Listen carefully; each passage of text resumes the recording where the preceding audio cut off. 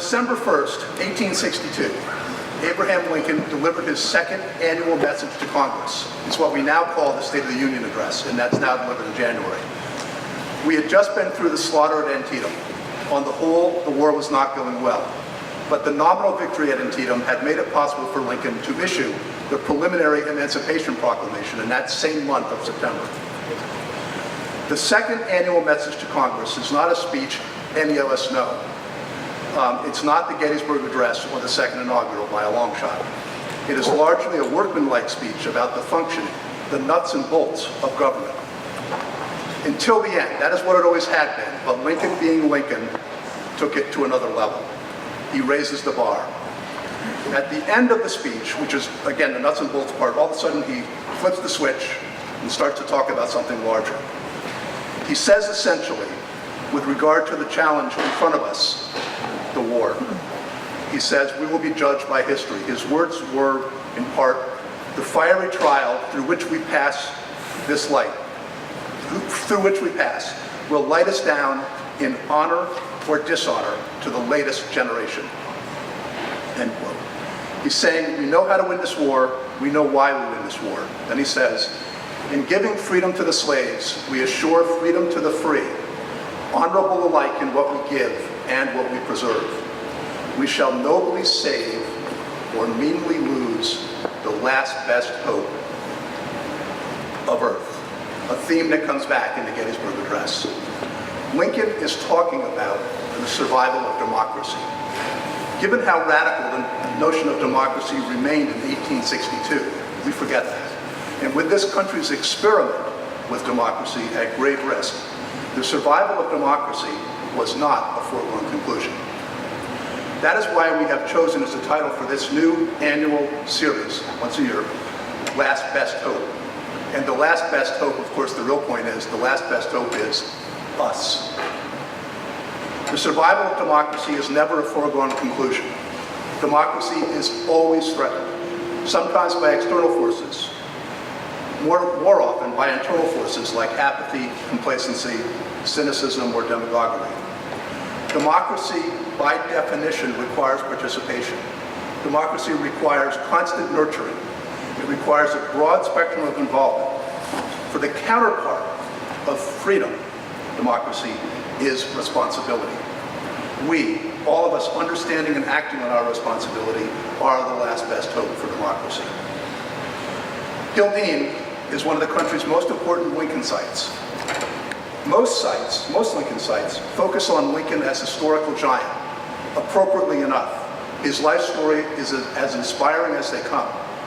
But we're doing something different here at Hildene. Our focus is not on Lincoln as historical giant.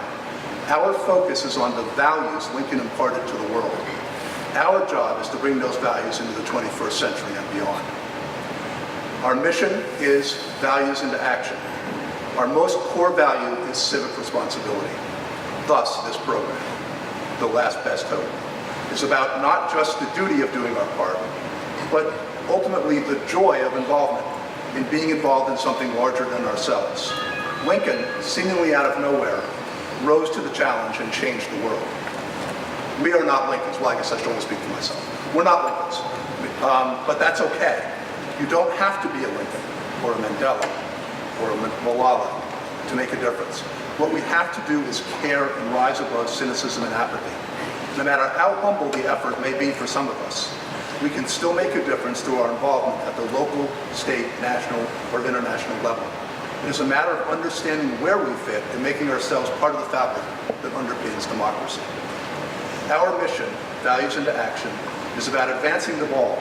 This program is about expanding our mission and our responsibility to that mission beyond the borders of our 412 acres.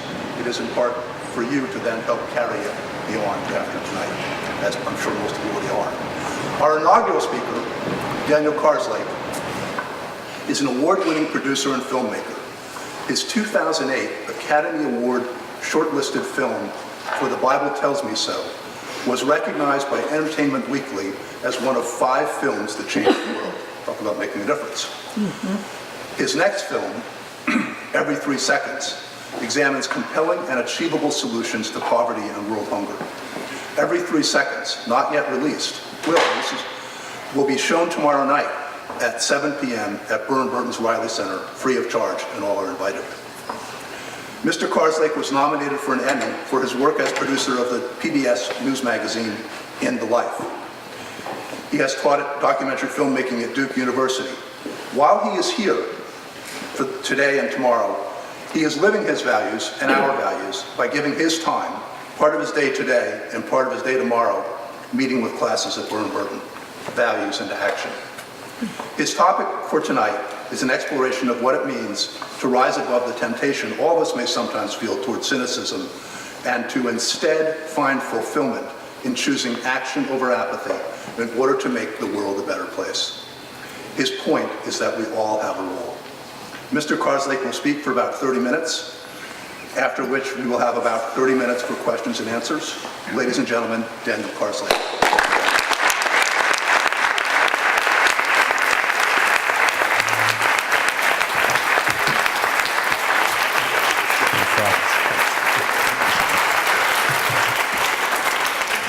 Okay, set my iPhone here.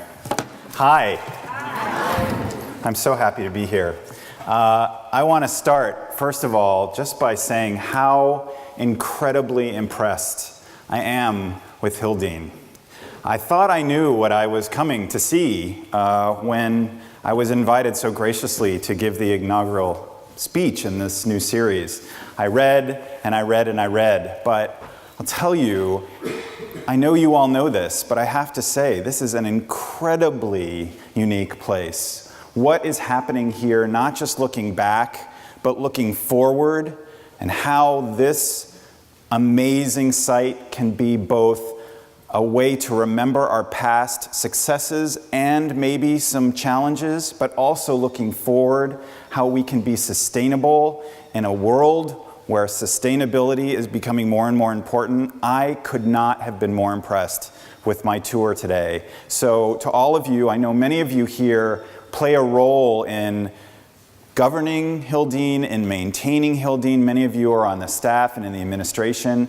I honestly can't say enough how grateful I am to you, and I look forward to Hildene becoming more and more recognized, even though it's recognized now, as a national, international model of how sites like this can both look back and look forward. So thank you so much for what you do. Thank you for inviting me here, Seth and Lane and Stephanie and the entire staff here at Hildene. I couldn't be more honored. Before we start, I just want to mention a little bit about the words that Seth just mentioned and just read of Abraham Lincoln's in 1862, a month before he signed the Emancipation Proclamation. It was in those words that he first coined the term last best hope, as we heard. And as Seth said, he was saying that really, in his estimation, unless the slaves were free and among the free people of the U.S., democracy was in question. And democracy, that was a huge problem because democracy, in his estimation, was the world's last best hope. So 152 years later, here we are, and I'm wondering, as you look at our country and as you look at our world, do you think Lincoln's words still hold? Do you think that representative democracy is still the last best hope of mankind? I submit that it is. I think that representative democracy, where the free can freely elect their leaders and freely speak their mind, is the only way for humans ultimately to peacefully exist on this planet. And yet, at the same time, I am worried.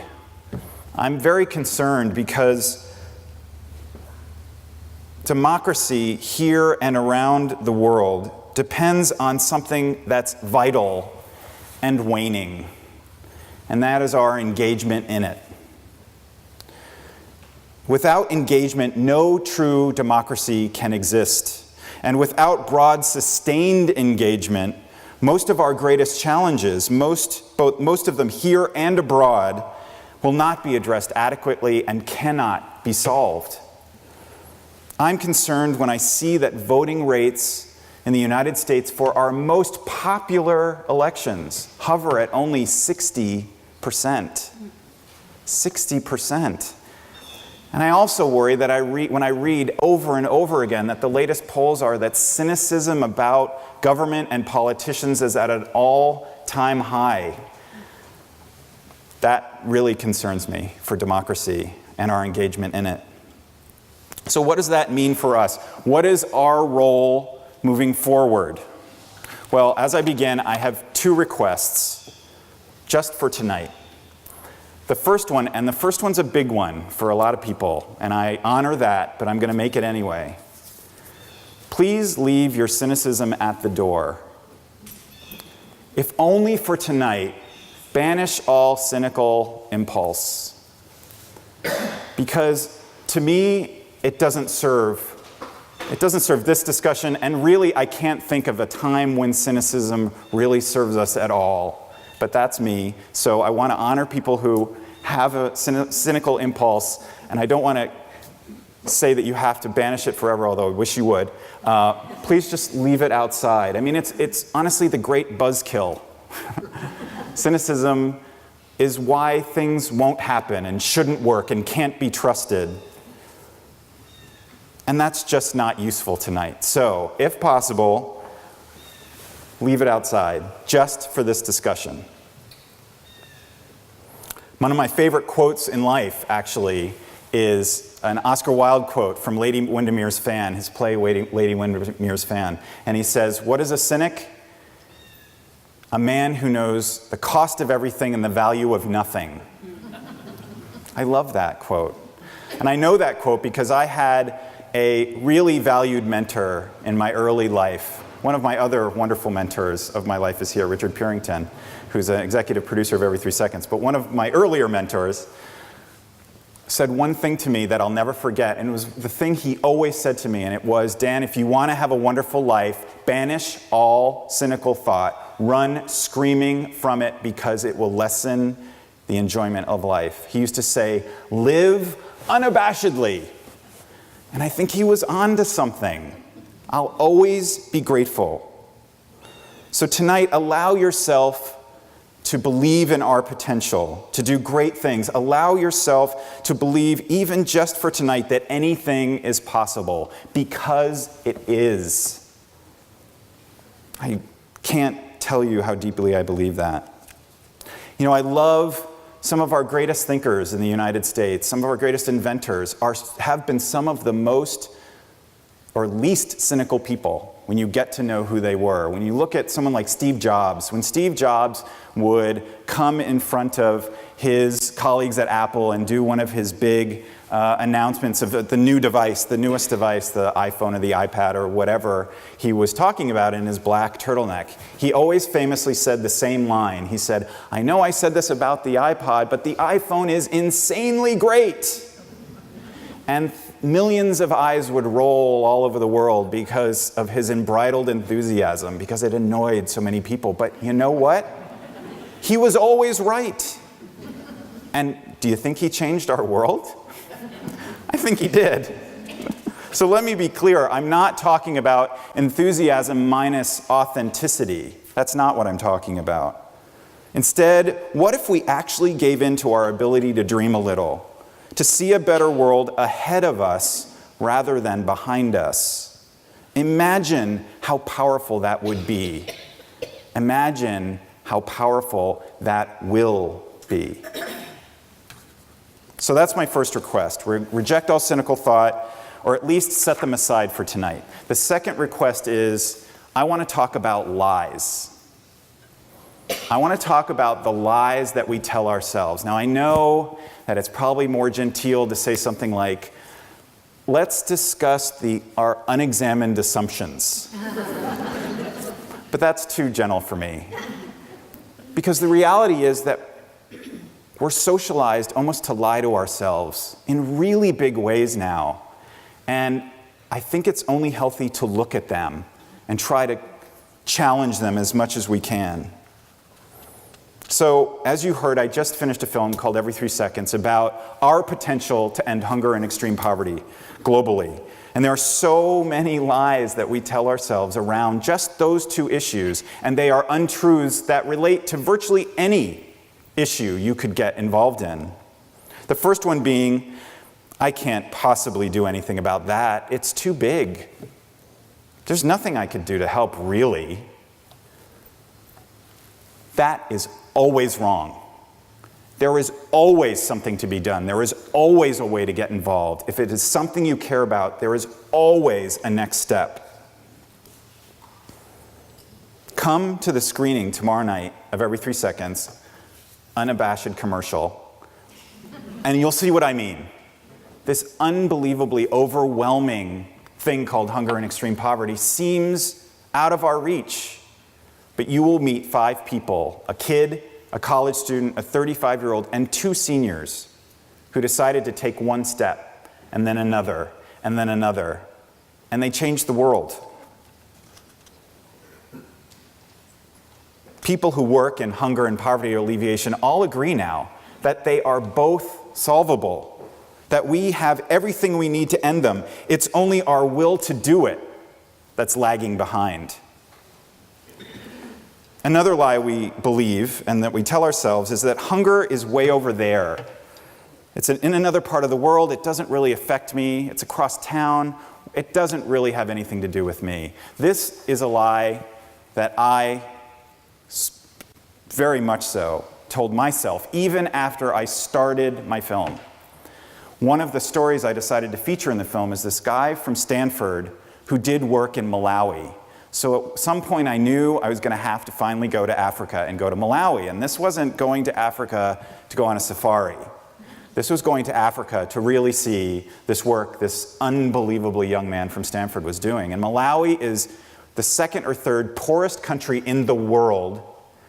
And we were going to shoot in the poorest part of Malawi. So I was very concerned for a number of reasons, not the least of which is I get very involved with what I'm shooting.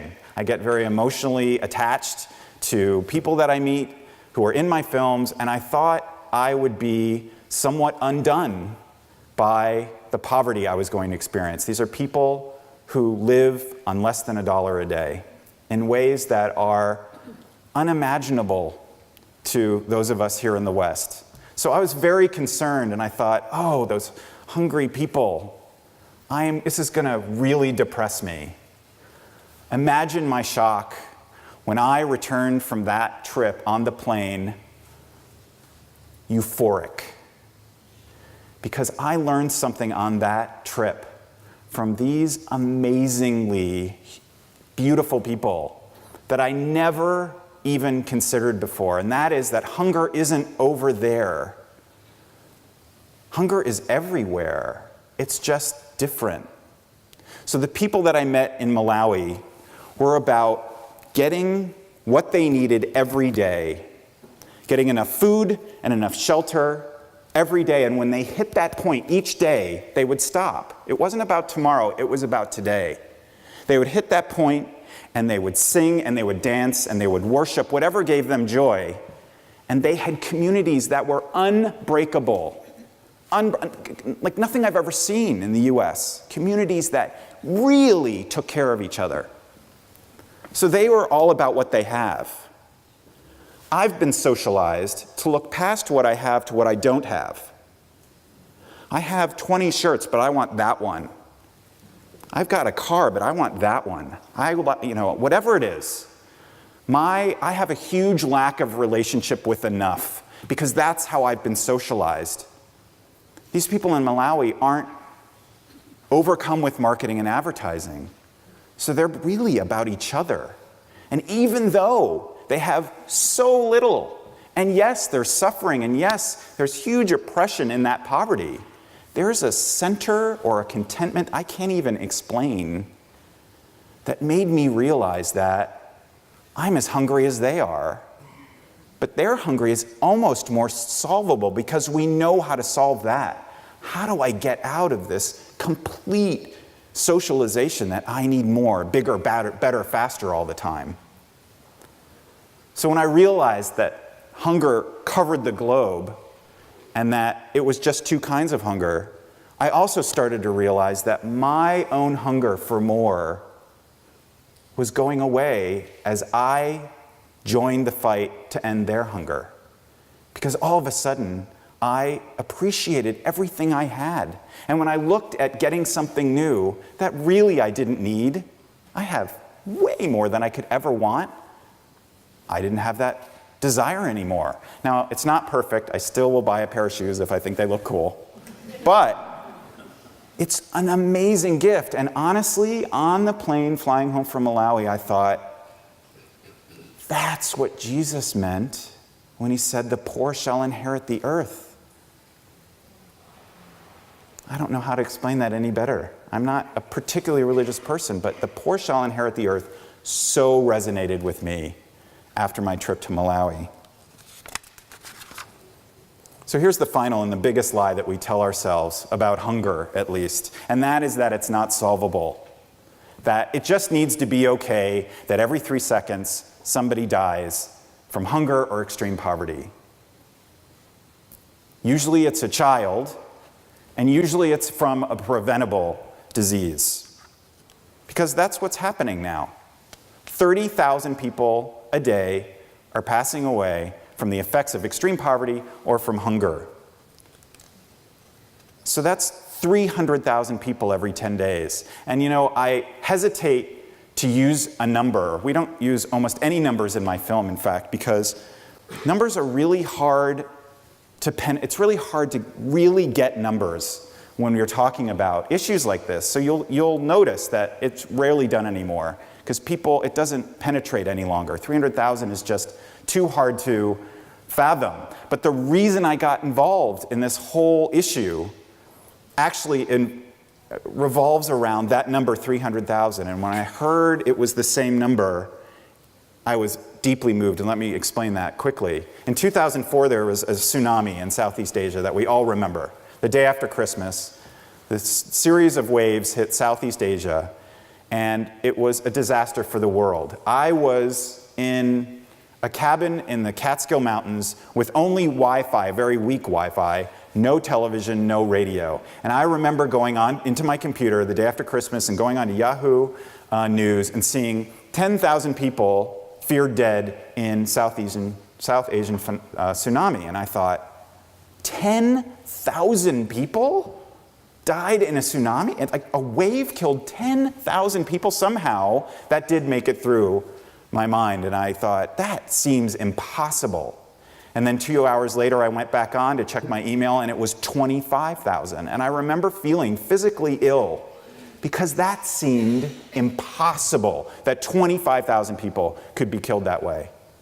And then within 24, 48 hours, the number had gone to almost 300,000. And I watched it incrementally go up, and somehow that broke through my consciousness. So when I heard that 30,000 people are dying a day, mostly kids, from preventable causes, I thought, that's the same number that were killed in that tsunami. So every 10 days, there's a silent tsunami that goes across our earth, and I don't even know that. I'm not doing anything about that, and everyone who works in poverty alleviation is saying it's solvable.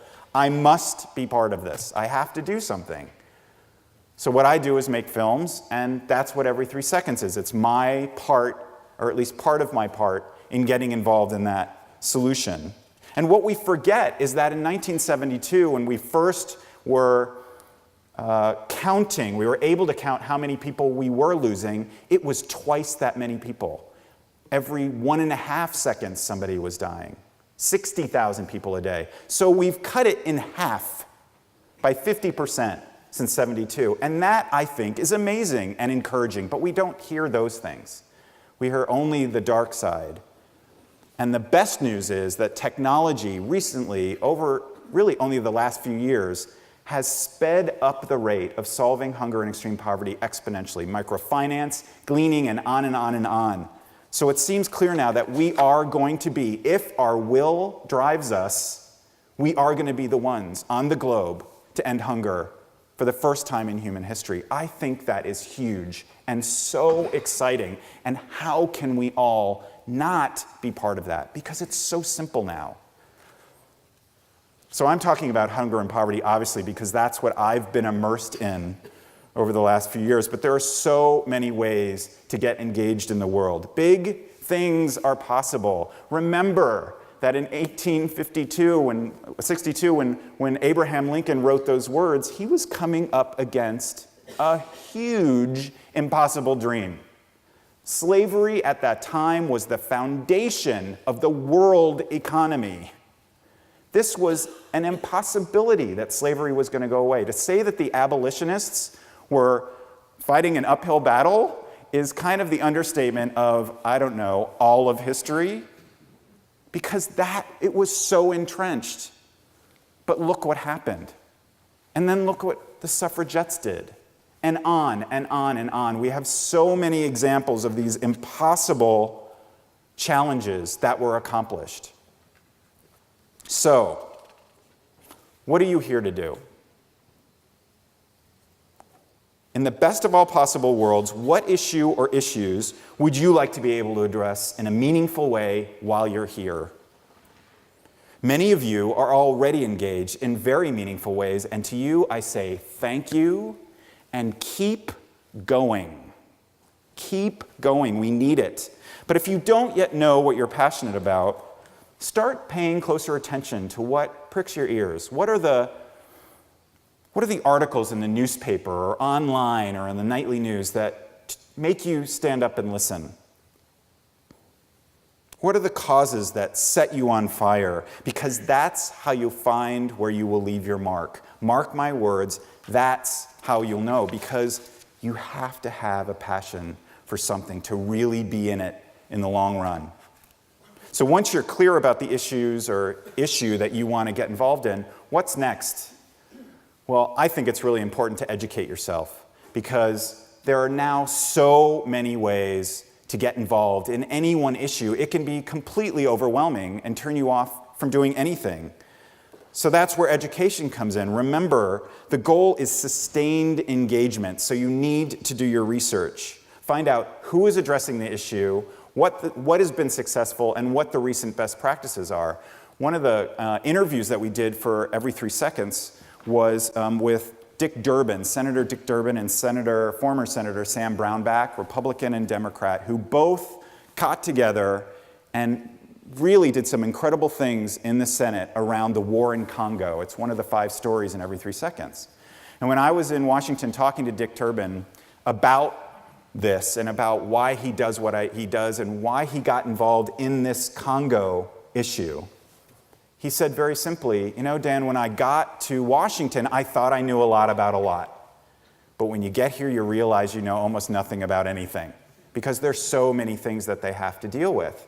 He said, but the single most effective thing in my career has been when a regular citizen has adopted or taken on an issue and really educated themselves, not only about the causes, but also the possible solutions, and then come to me and said, can I talk to you for a minute? I need to tell you about this. He said, I can't tell you how many times in my career that changed my mind and set me on a course. So do your homework. And then once you're clear, most importantly, take that first step. There will be 1,001 excuses why you shouldn't do it, why it's not possible or doable or convenient, and on and on and on. But my advice to you is just take the first step and see where it leads. Convert your intention into action, because good intentions don't mean anything without action. That's the reality. And here's the key. As I've said, engagement must be sustained and sustainable. So it isn't enough to take one step and feel good that you've given back and taken a stand and then walk away. Change is hard. Change can take time. It doesn't always even seem possible at first. But change only comes through sustained engagement. So come at whatever issue speaks to you with the conviction that you are in it for the long run. How that might look could evolve and change many times, but don't step away. Stay in the game, keep going, just be flexible. because we have a lot of challenges to address these days. Your country needs you. Your world needs you. I think we all can be Lincolns. Sorry, Seth, but I do believe that. We have an amazing capacity in each of us. We're very powerful beings with amazing tools these days. Just this can really end hunger. I'll tell you why, or come see the movie. I'll stop doing the commercial for that. We've got a lot to do, but you should also know your limits. Know your limits and then push yourself a little. Don't burn yourself out, but challenge yourself and others. You will not regret it. You know, I often say, and I said it today at Burr & Burton, I am the luckiest person I've ever met. I really mean that. I am the lucky, remember, no cynical thoughts here. I really mean that. I was born into an amazing family. For 24 years, I've had a miraculous life partner who is now finally my husband. And I get to do the work that I do, which is, in a nutshell, is I get to make films about the issues about which I am passionate. I'm hugely lucky, and I'm able to make my vocation out of my passion.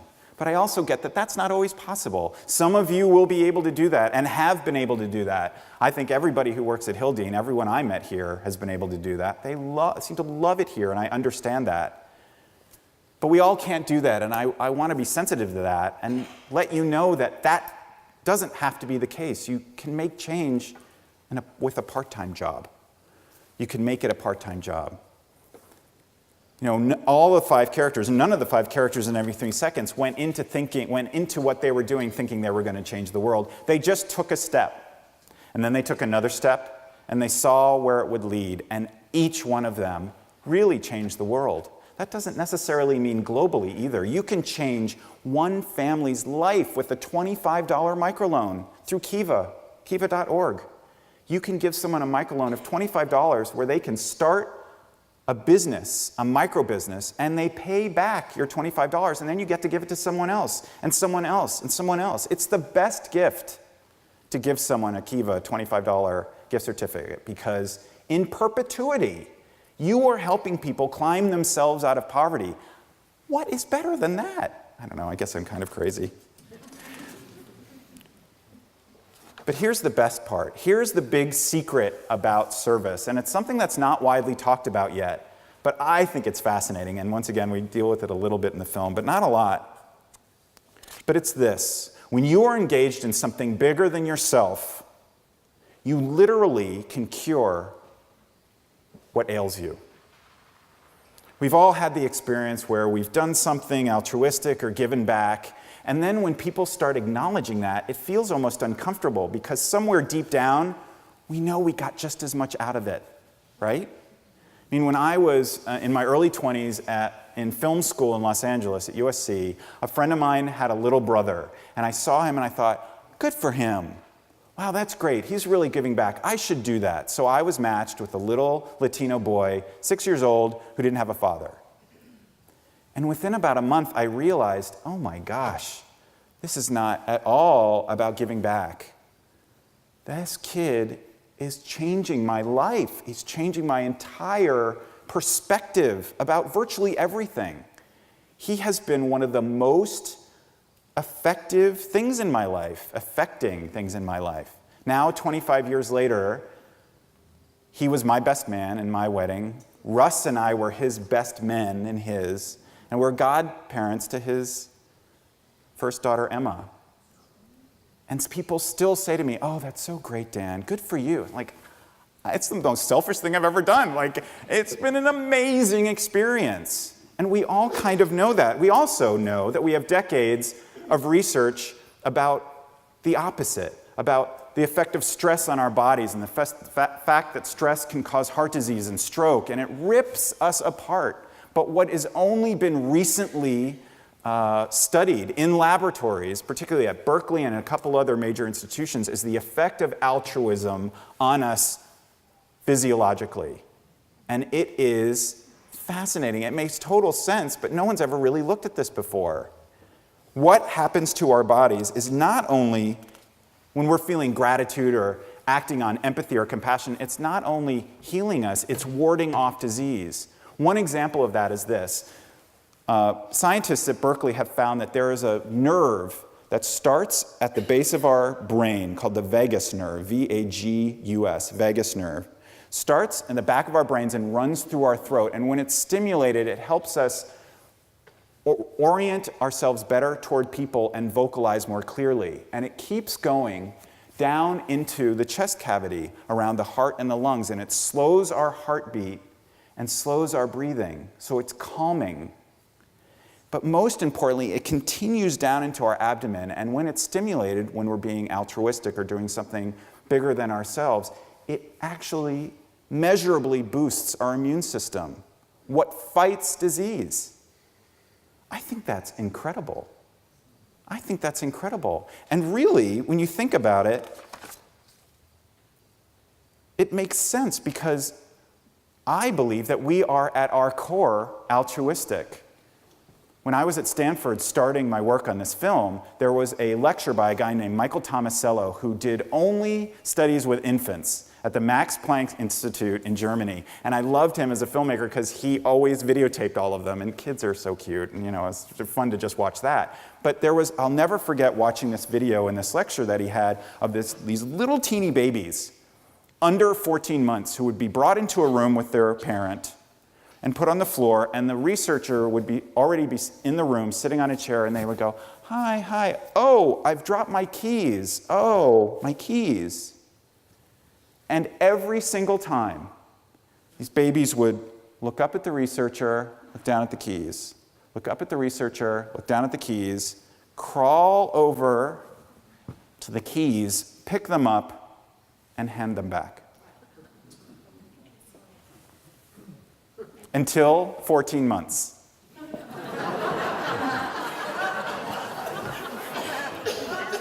Guess what happened then? They look up, look down, crawl over, pick up the keys, and go, "Mine." So which is the learned activity? Wow.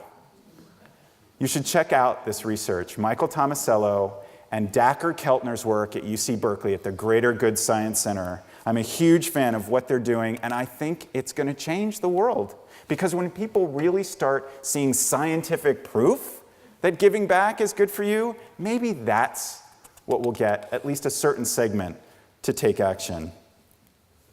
I hope it's also clear that I'm not here to guilt you into service. I don't want to say that it's your moral duty and not necessarily your responsibility. Responsibility is not something someone can tell you about, it's something you feel. I think service is our greatest opportunity.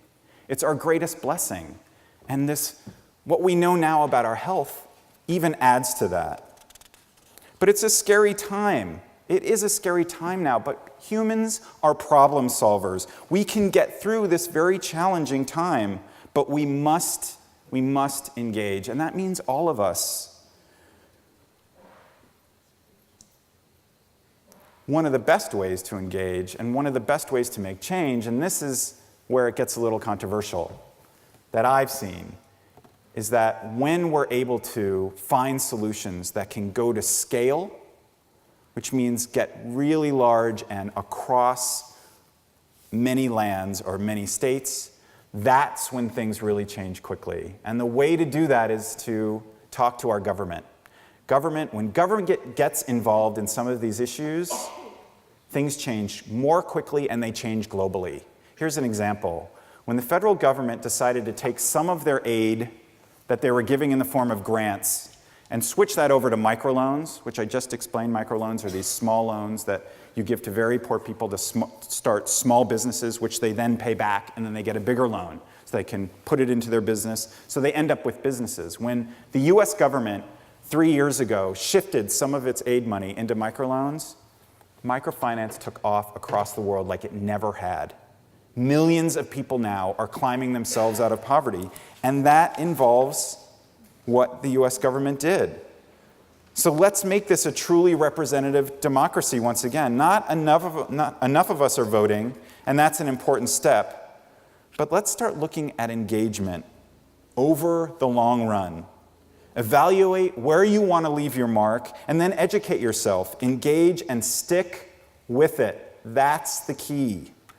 Sustainable engagement is the way to go. Even when things look hopeless, even when change feels impossible, stay with it. And if you can convince the government to engage, and don't forget, they still work for us.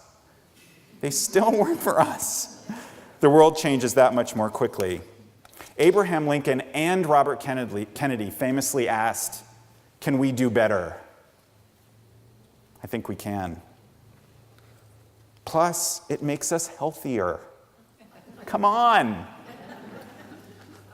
One of my favorite quotes, I love this quote of the Dalai Lama. He said, "If you want others to be happy, practice compassion.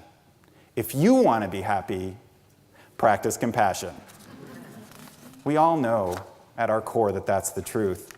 And heck, I read on the plane flying over here that September is apparently National Self-Improvement Month.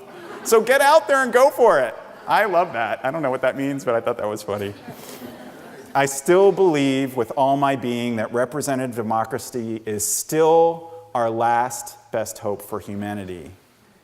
And dedicated, sustained engagement is the last best hope for our democracy. Ladies and gentlemen, we are the ones we've been waiting for. As Margaret Mead famously said, never doubt that a small group of thoughtful, committed citizens can change the world. Indeed, it's the only thing that ever has. Thank you.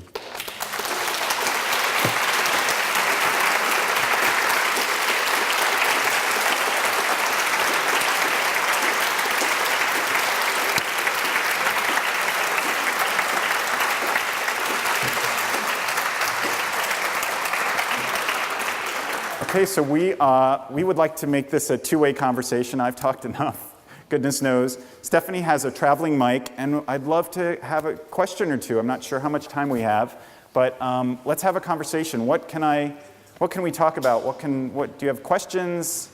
How can we continue the conversation? So if you'll raise your hand, and then I'll come to you, and then Julie Burton will start us off. Thank you. You are speaking to a very engaged community. Yeah, I have that sense. Probably every single person in this audience has been actively involved in helping schools, education in particular. So it's sort of a Washington Irving, put your bucket down where you are community. Yeah. A few of us have gone outside of the community. I mean, I tried once with educating Afghani girls, but I got involved with an organization that I never could make contact with, so I don't even know what happened to the money. So my question for you is, you said, do your homework. Yeah. I want to know how you do that in a way that you can be sure that what you're doing is going to the people you want it to go to. Yeah. That's a very good question, and it's a complex question for me as someone. Before I started making films, I worked for 3 different nonprofits on the staff side. So I come from this question from that angle. I've never been blessed enough to have a lot to donate. I definitely give my time, but because I've always worked for nonprofits, that's been my situation. This is what I think about that. I think there are really amazing tools now online that if you're thinking about getting involved in a charity, particularly making a donation, it's very hard not now to find out what their fundraising versus program ratios are, all the things that matter to you, how much of your dollar goes to the program rather than staff and all of that. I come from the school that often that discussion is far too simplistic, that you have to have better and better staff to make program work. So often those nuances aren't included on those sites, Charity Navigator, and there are 3 or 4 that are really, really pretty amazing. I also think, though, that sometimes you just have to step in, like you did, and you don't always necessarily make the right choice of charity, but then you find that out and you keep going in another way. There are going to be times, I'm sure, for everybody where you get involved with a certain organization and they're either not doing what you want them to do or they're not doing it in a way you want them to do it. My whole take on how you know if your resources are doing the right thing after you've given them almost stops with the act of giving. For me, it's the same when I give a gift to a friend or a relative, and I struggle to have this perspective, but I try to really say to myself, okay, the act is in the giving. What is done with the gift is up to them. And when it applies to a charity, if I've done my research and my homework and talked to other people who are involved and talked to people who I see have donated, if I've done that research and I have, in good faith, made that donation or decided to get involved, then that's what's important. If later I find out it wasn't handled the way that I wanted, I learned from that, but it doesn't stop me. I think there's nothing that's foolproof. But the act of the doing and the giving, let that really wash over you and know that that's the biggest challenge, because without that, you would have never known. It's better to do than not. Kind of where I am. Yeah, right here, Stephanie. Oh no, I'm sorry. Thank you for banishing cynicism from this meeting. What would you suggest we can do every day to start off the day kicking it to the curb so it doesn't re-enter our psyche on a daily basis?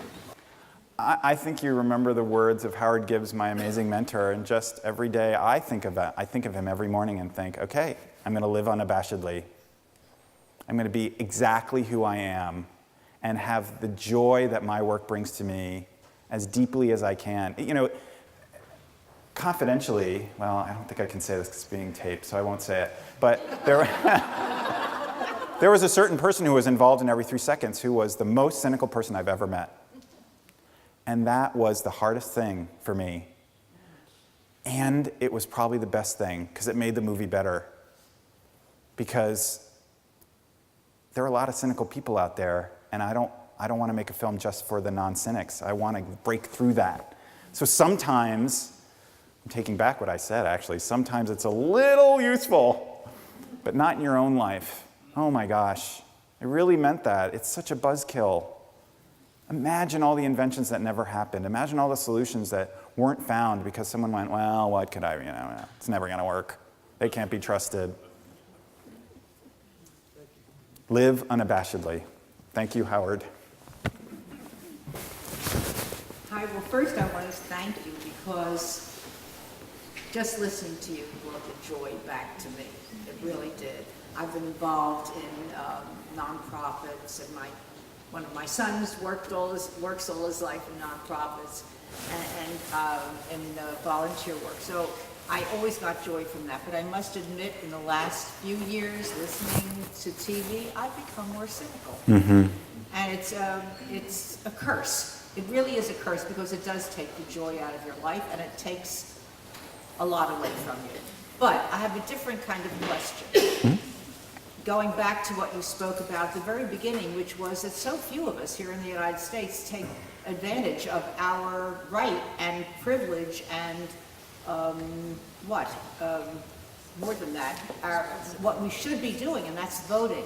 Mm-hmm. And how do we get people in areas where there is extreme poverty and extreme cynicism and depression?